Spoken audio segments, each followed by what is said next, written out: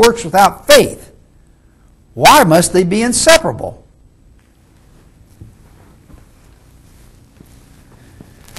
In addition to ill-advised textual comments, anyone familiar with the Bible and the Book of Mormon can't help but notice the extent to which the latter has duplicated the former.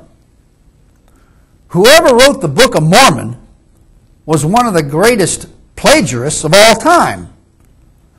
On page 187 in The Kingdom of the Cults, apologist Walter Martin correctly stated, quote, "According to a careful survey of the Book of Mormon, it contains at least 25,000 words from the King James Bible.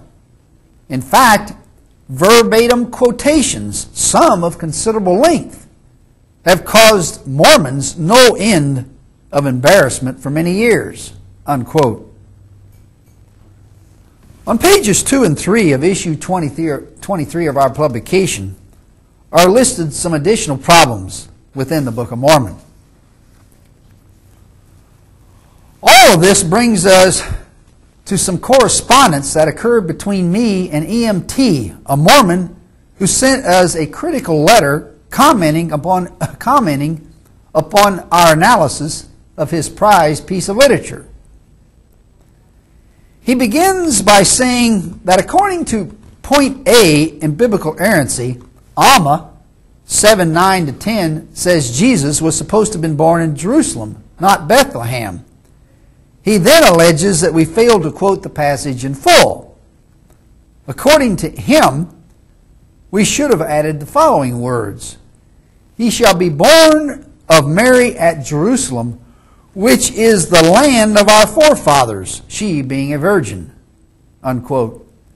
EMT says, quote, "Joseph Smith knew as well as any Bible student that Jesus was born in Bethlehem, not Jerusalem.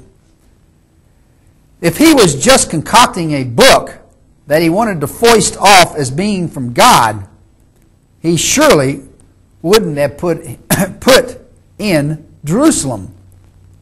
The famous gold plates were referring to a geographical area, not a city, when they said the land of our forefathers, a land to which Bethlehem belonged," unquote. EMT fails to realize that the words in question were omitted because they aren't relevant to the issue. If Jerusalem didn't refer to both a land in 1 Nephi 7:2, Alma 21:1, and 3 Nephi 20:29, and a city in Alma 21:24, 3 Nephi 9:7, and 1 Nephi 1:4, EMT would have only leaped from one problem to another. Where on earth is the land of Jerusalem? Only if EMT provides one reputable biblical atlas or scholarly work that mentions a land of Jerusalem, a land that also encompasses Bethlehem, only then can he extract his argument from the dustbin in which it now resides.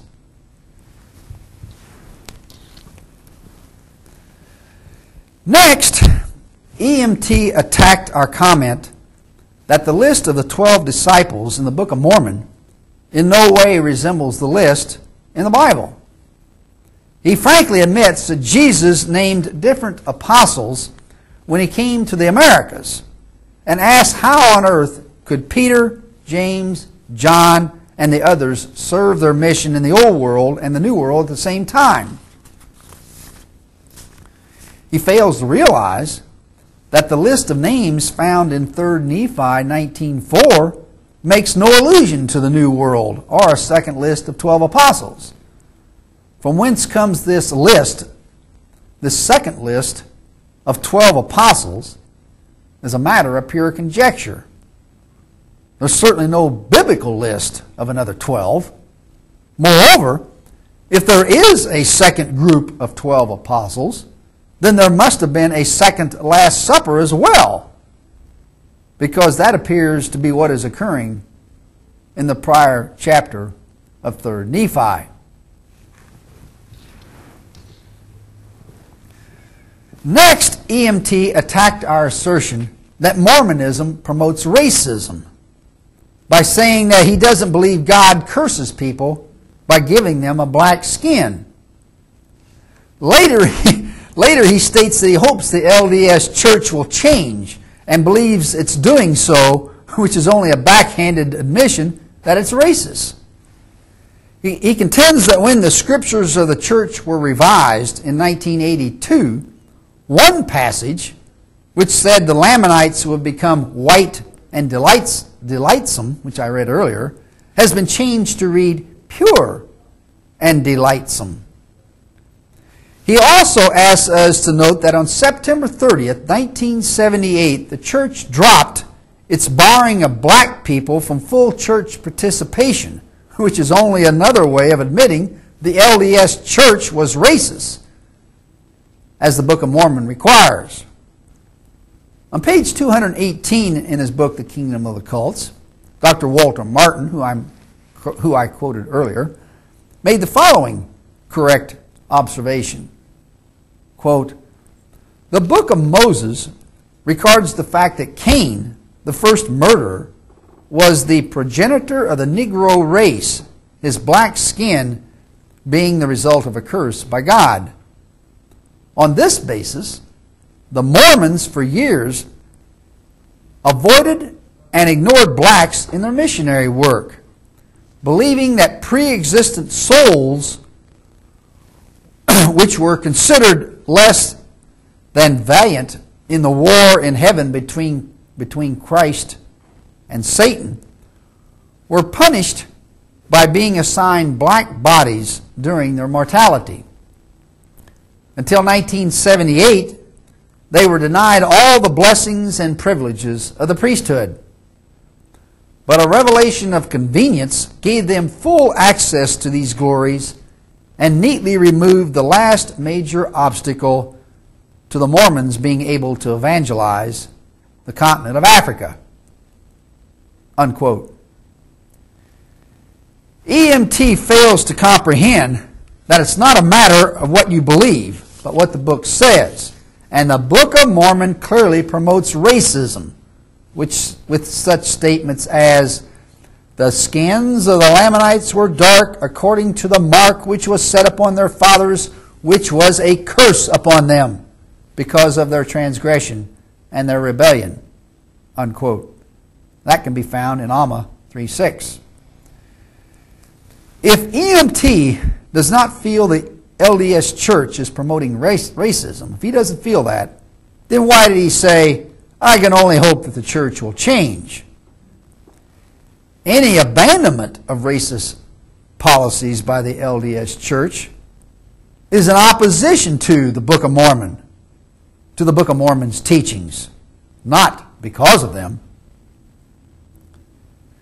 LDS leaders are engaging in the same kind of dishonest revisionism with respect to the Book of Mormon that biblicist use with respect to the Bible. When a problem becomes unbearable, they simply rewrite the script. If LDS leaders no longer bar black people from full participation, then all they have done is ignore part of the very book upon which they place so much reliance.